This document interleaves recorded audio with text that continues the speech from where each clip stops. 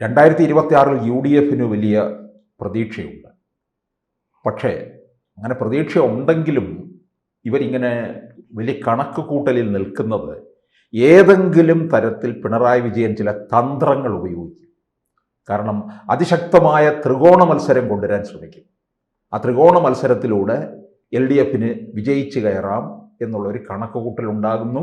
അതുപോലെ തന്നെ മുസ്ലിം വോട്ടുകളിൽ വിള്ളൽ വീഴ്ത്തുമോ എന്നുള്ള സംശയവുമുണ്ട്. അതുകൊണ്ട് UDF ഇപ്പോൾ ചെയ്യാൻ പോകുന്നത് മുന്നണി ഒന്ന് വിപുലീകരിക്കുക. പലരെയും LDF ചിലരെയൊക്കെ കൂട്ടിക്കൊണ്ടുവരിക, മറ്റ് ചിലർ വരാൻ തയ്യാറെടുത്ത് നിൽക്കുന്നുണ്ട്. അങ്ങനെ മുന്നണി വിപുലീകരണത്തിലൂടെ ഒന്നുകൂടി അതിന് ഒരു ശക്തി കൂട്ടിക്കൊടുക്കുകയാണ് ചെയ്യുന്നത്. അത് ഫലവത്താകണം, അല്ലേ? തദ്ദേശ തെരഞ്ഞെടുപ്പ് കഴിഞ്ഞ് കണക്കെടുപ്പ് നടത്തുന്ന ഘട്ടമാണിപ്പോൾ. ശക്തി ദൗർബല്യങ്ങളെക്കുറിച്ച് മൂന്ന് മുന്നണികളും ഒരുപോലെ കൂട്ടലും കിഴിക്കലും നടക്കുന്നു. അപ്പോഴാണ് UDF എഡ്ജ് ഉണ്ട് എന്ന് പറയുമ്പോഴും അടിത്തറ കുറച്ചുകൂടി വിപുലപ്പെടുത്തുന്നതിനുള്ള ഒരു അവസരം ഇപ്പോൾ അതിശക്തമായി ബാർഗെയിൻ ചെയ്യാൻ കോൺഗ്രസ് പാർട്ടിക്ക് കഴിയും, അല്ലെ മുസ്ലിം ലീഗിന് കഴിയും. മറ്റ് UDF പ്രവേശനം ആഗ്രഹിച്ച് നിൽക്കുന്ന അനേക ചെറിയ യൂണിറ്റുകളുണ്ട്. ഒറ്റയ്ക്ക് നിന്നാൽ ഒരിക്കൽ പോലും ഒരു പഞ്ചായത്തിൽ പോലും ഒരു വാർഡ് ജയിച്ചു വരാൻ ഉള്ള നമ്പർ ഇല്ലാത്ത കക്ഷികളാണ്, അല്ലെങ്കിൽ ഒറ്റയാൾ പാർട്ടിയാണ്. അവിടെ UDF ചേർന്ന് നിൽക്കുമ്പോൾ ലഭിക്കുന്ന ഒരു വ്യാപകമായ ഒരു ദൃശ്യപരത, അതുപോലെ തന്നെ കിട്ടുമെങ്കിൽ ഒരു നിയമസഭാ സീറ്റ്, ഒന്നിലധികം നിയമസഭാ സീറ്റ് ആഗ്രഹിക്കുന്നില്ല. അതിലൊരാൾ CK ജാനുവാണ്. CK ജാനു എന്ന ആദിവാസി ഗോത്രസഭയുടെ മുൻ നേതാവ് പിന്നീട് അവരൊരു പാർട്ടി ഉണ്ടാക്കി NDA പാളയത്തിൽ കഴിഞ്ഞ ഏതാനും വർഷങ്ങളായി പ്രവർത്തിക്കുന്നു. തെരഞ്ഞെടുപ്പുകളിൽ 2 തെരഞ്ഞെടുപ്പിൽ മത്സരിച്ചു, പരാജയപ്പെട്ടു. NDAയിൽ വീണ്ടും മത്സരിച്ച് CK ജാനുവിനോ ആ പാർട്ടിക്കോ ജയിക്കാവുന്ന ഒരു സീറ്റ് കേരളത്തിലില്ല. സത്യം. അങ്ങനെയെങ്കിൽ ഏക അവസരം UDF-നാണ്. LDF-ലോ UDF-ലോ പ്രവേശിച്ച് ഒരു സാന്നിധ്യം അറിയിക്കുക. അത് CK ജാനു കൃത്യമായി ചെയ്തിരിക്കുന്നു. വയനാട്ടിൽ അല്പം സ്വാധീനമുണ്ടല്ലോ. ആദിവാസി മേഖലയിൽ CK ജാനുവിനുള്ള സ്വാധീനം വോട്ടായി മാറിയിരുന്നു എങ്കിൽ NDA കാൻഡിഡേറ്റായി CK ജാനു മത്സരിച്ചപ്പോൾ ജയിച്ചു വരുമായിരുന്നു. പക്ഷെ അത് സാധിച്ചില്ല.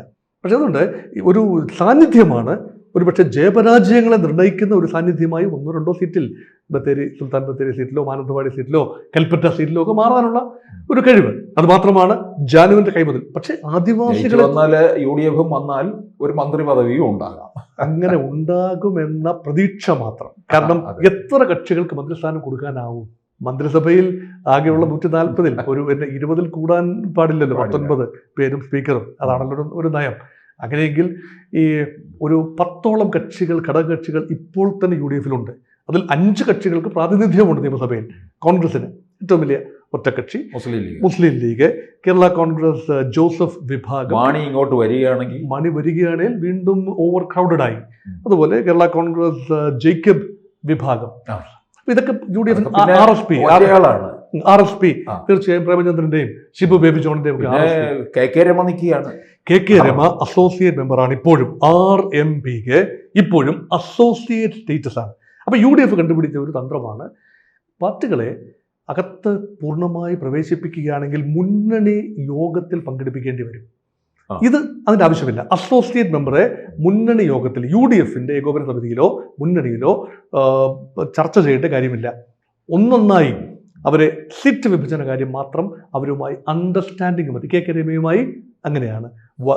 ഈ വടകര സീറ്റ് KK രമയ്ക്ക് കൊടുത്തു. അത് ഒഞ്ചിയം ഏറാമല മേഖല ഒക്കെ അടങ്ങുന്ന വടകര നിയമസഭാ സെഗ്മെൻറ്റ്, അവിടെ സോഷ്യലിസ്റ്റുകൾക്ക് ഏറെ വേരോട്ടമുള്ള ഇടമാണ്. കമ്മ്യൂണിസ്റ്റുകൾ TP ചന്ദ്രശേഖരൻ തട്ടകമായിരുന്നു. അവിടെ KK രമയ്ക്ക് ഒരു അനുകൂല സാഹചര്യം ഉണ്ടായി. UDF-ന്റെ MLA ആണ് KK രമ എന്ന് പറയാനാവില്ല. UDF പിന്തുണയുള്ള ഒരു RMP, അതുപോലെയുള്ള 2 പാർട്ടികൾ ഇപ്പോൾ UDF-ന്റെ ഭാഗമായി മാറിയിരിക്കുന്നു, അസോസിയേറ്റ് മെമ്പേഴ്സ്. അതിലൊന്ന് CK ജാനുവിൻ്റെ പാർട്ടിയാണ്, 2 തൃണമൂൽ കോൺഗ്രസ് ആണ്. അത് വലിയൊരു പല നെറ്റിയും തുളിയുന്നൊരു. ഇവർ രണ്ടുപേരും പക്ഷേ തദ്ദേശ തെരഞ്ഞെടുപ്പിലൊന്നും വലിയ നേട്ടം ഉണ്ടാക്കിയിട്ടില്ല എന്നാണ്. തദ്ദേശ തെരഞ്ഞെടുപ്പിൽ CK ജാനുവിൻ്റെ പാർട്ടിക്കോ PV അൻവറിൻ്റെ തൃണമൂൽ കോൺഗ്രസിനോ കാര്യമായ നേട്ടം ഉണ്ടായിട്ടില്ല. പക്ഷേ തൃണമൂൽ കോൺഗ്രസിൻ്റെ കാര്യം വരുമ്പോൾ തദ്ദേശ തെരഞ്ഞെടുപ്പിന് മുൻപ് തന്നെ ഒരു ധാരണ എത്തിയിരുന്നു. തെരഞ്ഞെടുപ്പ് കഴിയട്ടെ, അതിനുശേഷം അസോസിയേറ്റ് മെമ്പർഷിപ്പിൽ കൂടുതൽ പ്രതീക്ഷിക്കരുത്. യഥാർത്ഥത്തിൽ PV അൻവറുമായി UDF-ന് നിയമസഭാ തെരഞ്ഞെടുപ്പിന് മുമ്പ് നിലമ്പൂർ നിയമസഭാ തെരഞ്ഞെടുപ്പിന് മുൻപ് ധാരണയിലാവാൻ സാധിക്കാതെ പോയതിൻ്റെ കാരണം പൂർണ്ണ അംഗത്വമാണ് PV അൻവർ ചോദിച്ചത്. ഏതാനും നിയമസഭാ മണ്ഡലങ്ങളും പൂർണ്ണ അംഗത്വവും ഇത് കൊടുക്കാൻ കോൺഗ്രസിനോ മുസ്ലിം ലീഗിനോ പറ്റില്ല. ഇപ്പോൾ ഉരുത്തിരിഞ്ഞു വരുന്ന ഫോർമുല മനസ്സിലാക്കുന്നത് തീർച്ചയായും PV അൻവറിന് ഒരു നിയമസഭാ സീറ്റ് ഉണ്ടാവും. പക്ഷേ ഒരിക്കലും അത് UDF ജയിച്ചൊരു സീറ്റ് ആവില്ല. ഒന്നുകിൽ ബേപ്പൂർ സീറ്റായിരിക്കും, അത് കോഴിക്കോട് ജില്ലയിൽ. അത് മുഹമ്മദ് റിയാസിന്റെ സീറ്റാണ്. ബേപ്പൂര് അൻവറും നേരത്തെ പറയുന്നുണ്ട് 28,000 വോട്ടിന് മുഹമ്മദ് റിയാസ് ജയിച്ച സീറ്റ്. ഇവിടെ ബാനറുകൾ ഉയർന്നു. PV അൻവറിനെ സ്വാഗതം എന്ന രീതിയിൽ ബേപ്പൂർ ബാനറുകൾ ഉയർന്നു. ബാനറൊക്കെ ഒരു കാര്യം, പക്ഷേ ഒരു നല്ല പോരാട്ടം കൊടുക്കാൻ PV അൻവറിന് ഒരുപക്ഷെ സാധിച്ചേക്കാം. ബേപ്പൂർ കടുത്ത ഇടതുപക്ഷ മണ്ഡലമാണ്. ഏറെക്കാലമായി ഇടതുപക്ഷത്തിന് മാത്രം വിജയിക്കാൻ കഴിയുകയാണ്. പണ്ട് കോലിബി സഖ്യം നടന്നുകൊണ്ട് കോൺഗ്രസ് ലീഗ് BJP സഖ്യം ഉണ്ടായിരുന്നതാണ്. അത് ബേപ്പൂർ കുന്ദമംഗലം ഒരു മോഡൽ എന്ന് പറഞ്ഞുകൊണ്ട് ഇതാണ്. പിന്നെ ഉള്ളത് തവനൂർ സീറ്റാണ്. ജലീലിന്റെ തട്ടകമാണ് തവനൂരാണെങ്കിൽ വലിയ ഭൂരിപക്ഷം ഇല്ലായിരുന്നു, ജയിക്കും കാര്യമായ ഭൂരിപക്ഷമില്ല. ഇപ്പോഴത്തെ നിലയിൽ ഒരു ഫൈറ്റിംഗ് ചാൻസ് ഉള്ള ഒരു സ്ഥലമാണ് UDFന്. കാരണം മുസ്ലിം ലീഗിന്റെ അണികൾ PV അൻവറിന് വോട്ട് ചെയ്യും. പഴയ കോൺഗ്രസ്സുകാരനാണ് PV അൻവർ.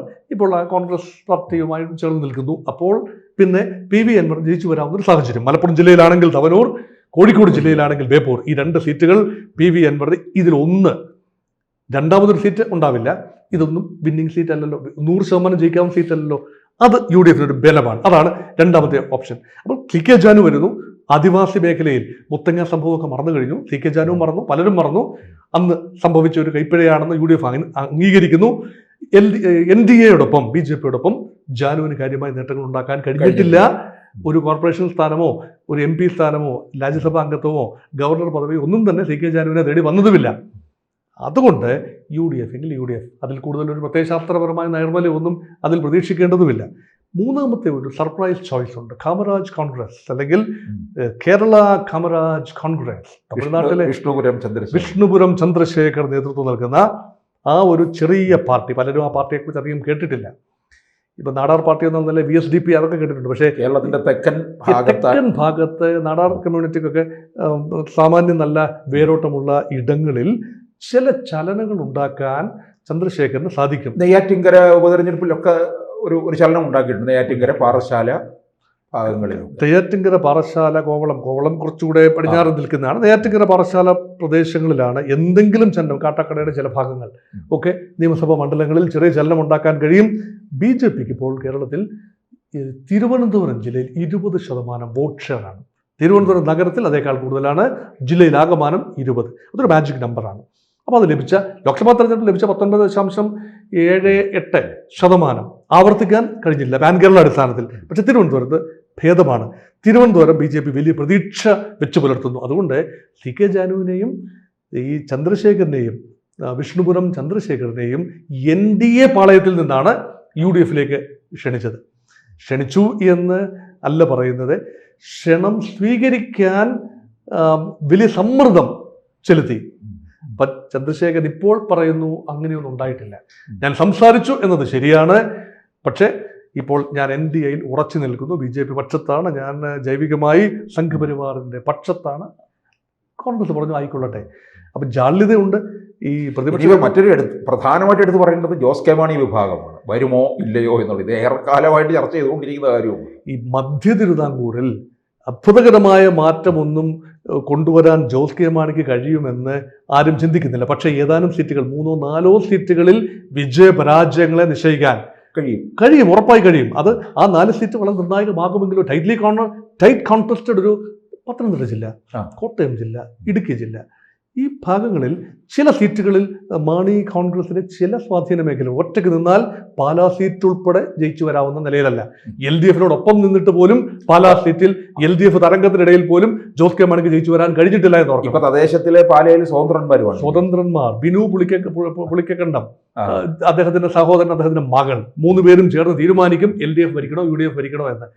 UDF സ്ഥാനാർത്ഥി നിർത്തിയിട്ടില്ലായിരുന്നു ആ മണ്ഡലങ്ങളിൽ. അവിടെ UDF നോമിനിയായിട്ടാണ് ഇപ്പോൾ യഥാർത്ഥത്തിൽ വരാവുന്നത്. പക്ഷെ LDFുമായി ബാർഗെയിൻ ചെയ്ത് വന്നേക്കാം. എങ്കിലും മാണി കോൺഗ്രസിന് ഒരിക്കലും അധ്യക്ഷ സ്ഥാനം ലഭിക്കില്ല. എങ്കിൽ പിന്നെ ഒറ്റ വഴിയേ ഉള്ളൂ, സമസ്ത അപരാധങ്ങളും പൊറുക്കണം എന്നിപ്പോൾ പറയുന്നത് മുഖം നഷ്ടപ്പെടുന്നതിന് തുല്യമായിരിക്കും. അതുകൊണ്ട് തൽക്കാലം വെയിറ്റ് ചെയ്യുക. ഒരു ക്ഷണം വരട്ടെ, UDF കൂടി ഒരു ക്ഷണം വരട്ടെ. ഒരു ക്ഷണം വന്നില്ലെങ്കിൽ അതിനുള്ള സമ്മർദ്ദങ്ങൾ ചെലുത്തട്ടെ. അതിശക്തമായി എതിർക്കാൻ PJ ജോസഫും മോൻസ് ജോസഫും ഒരു സൈന്യമായി കേരള കോൺഗ്രസിന്റെ ജോസഫ് വിഭാഗമുണ്ട്. ഞങ്ങൾക്ക് ഈ ബസ്സിൽ ഇനി 1 ഇഞ്ച് സ്ഥലമില്ല, ഒരൊറ്റ സീറ്റ് വയ്ക്കേണ്ടല്ല, നിന്നു പോകാൻ പോലും സ്ഥലമില്ല, വേണമെങ്കിൽ ഫുട്ബോളിലോ അല്ലെങ്കിൽ കാരിയറിലോ തൂങ്ങിക്കിടക്കാം, അത് ഞങ്ങൾ ആഗ്രഹിക്കുന്നില്ല എന്നാണ് ജോസഫ് ഗ്രൂപ്പ് പറഞ്ഞിരിക്കുന്നത്. പക്ഷേ മുന്നണിയിൽ പടലപടക്കം ഉണ്ടാക്കിക്കൊണ്ട് പുതിയൊരു എൻട്രി ഇതേ രീതിയിൽ തന്നെ CPI പ്രതികരിച്ചതാണ്. ഓർക്കണം, 5 വർഷം മുൻപ് തദ്ദേശത്തിന് തൊട്ടു മുമ്പുള്ള സമയത്ത് ജോസ് കെ മാണി LDFിലേക്ക് വരുന്ന സമയത്ത് CPIയുടെ നേതാക്കന്മാർ CPMനോട് കട്ടയ്ക്ക് പറഞ്ഞതാണ്, ഇതൊരു ബാധ്യതയാകും, ഉദ്ദേശിക്കുന്ന പ്രയോജനം ഉണ്ടാവില്ല. പക്ഷേ എന്തായാലും പ്രയോജനമുണ്ടായി, LDFനും ഉണ്ടായി, മാണി ഗ്രൂപ്പിനും പ്രയോജനമുണ്ടായി. ഇനി മാണി ഗ്രൂപ്പ് അവിടെ തുടർന്നത് കൊണ്ട് കൂടുതൽ പ്രയോജനം ഉണ്ടാകാനില്ല. കോട്ടയം ജില്ല, പത്തനംതിട്ട ജില്ല, ഇടുക്കി ജില്ല UDFന് വലിയ മേൽക്കൈ ലഭിച്ചിരിക്കുന്നു, പ്രത്യേകിച്ചും കോട്ടയം ജില്ല. അത് മാണി ഗ്രൂപ്പിൻ്റെ തട്ടകവുമാണ് താൻ. അതുകൊണ്ട് ജൈവികമായി KM മാണിക്കും ജോസ് കെ മാണിക്കും ഒക്കെ ഉള്ള പിന്തുണ ഒരു UDF മൈൻഡഡ് ആളുകളുടെ പിന്തുണയാണ്. അത് UDFിലേക്ക് ബോൾ ചെയ്യിപ്പിക്കാൻ എളുപ്പമാണ്, LDFിലേക്ക് ബോൾ ചെയ്യിപ്പിക്കാൻ അത്ര എളുപ്പമല്ല എന്ന് തദ്ദേശത്തിലൂടെ തിരിച്ചറിഞ്ഞു. അതുകൊണ്ടൊരു പക്ഷേ അങ്ങനെ സംഭവിച്ചേക്കാം. പിന്നെ ഉള്ളത് സോഷ്യലിസ്റ്റുകളാണ്. RMPയുടെ അതേ ഭാഗത്ത് തന്നെയാണ് RJDയും ശക്തമായിരിക്കുന്നത്, വടകര മേഖല. അപ്പോൾ RJD, അതായത് ലാലു പ്രസാദ് യാദവിൻ്റെ പാർട്ടി, ബീഹാർ പാർട്ടി, അതിൻ്റെ കേരളത്തിലെ അവശേഷിക്കുന്ന ഡോക്ടർ വർഗീസ് ജോർജും കൂട്ടരും, അവരുടെ ഒരു പിന്തുണ UDFന് ലഭിക്കുമോ? അവരാഗ്രഹിക്കുന്നുണ്ടാവാം. ഒരുപക്ഷെ ഒരു മന്ത്രിസ്ഥാനം ലഭിക്കാം. ഇപ്പോൾ മാത്യു ടി തോമസിൻ്റെ ജനതാദൾ സെക്യുലർ LDFിനോടൊപ്പമാണ്. അങ്ങനെയെങ്കിൽ മറ്റേ ജനതാദൾ, അതാണ് RJD, കോൺഗ്രസിനോടൊപ്പം UDFിനോടൊപ്പം ചേർന്നുകൂടായികയില്ല. എന്തായാലും വിപുലീകരിക്കപ്പെടാൻ സാധ്യതയുള്ളത് UDF തന്നെയാണ്. കാരണം വിജയം UDFിലേക്ക് വരുന്നു എന്ന ഒരു പ്രതീതി ഈ ഈയാം പാറ്റകളൊക്കെ ഈ തീയോട് ചേർന്ന് അല്ലെങ്കിൽ മെഴുകുതിരി വെട്ടത്തോട് ചേർന്ന് നിൽക്കാൻ താല്പര്യപ്പെടുന്നത് പോലെ ഒരു ഇഫക്റ്റാണ് ഇപ്പോൾ കാണുന്നത്. അതൊരു പൈഡ് പൈപ്പർ ഇഫക്റ്റ് ആവുമോ, അതോ വെറും ഒരു കാസ്കേഡിങ് ആൻഡ് സ്പൈറലിംഗ് ഇഫക്റ്റ് ആണോ? എന്തായാലും UDFന് ഇപ്പോൾ ആ ഒരു കിറ്റി ഏതാണ്ട് ഫുള്ളാണ്. കൂടുതൽ കുത്തി നിറയ്ക്കേണ്ടതുണ്ടോ എന്ന ആലോചന UDFിനുള്ളിലുണ്ട്. കുത്തി നിറയ്ക്കുന്ന ഓരോ വ്യക്തിയും സീറ്റും UDFിലെ അടിയുറച്ച ആളുകൾക്ക് സാക്രിഫൈസ് ചെയ്യേണ്ടി വരും. മുസ്ലിം ലീഗിനും കോൺഗ്രസിനും സാക്രിഫൈസ് ചെയ്യേണ്ടി വരും എന്ന ബോധ്യമുണ്ട്. കൂടുതൽ വാർത്തകളും വിശേഷങ്ങളും നിങ്ങളിലേക്ക് എത്താൻ ABC മലയാളം സബ്സ്ക്രൈബ് ചെയ്യുക, ബെൽ ബട്ടണും അമർത്തുക.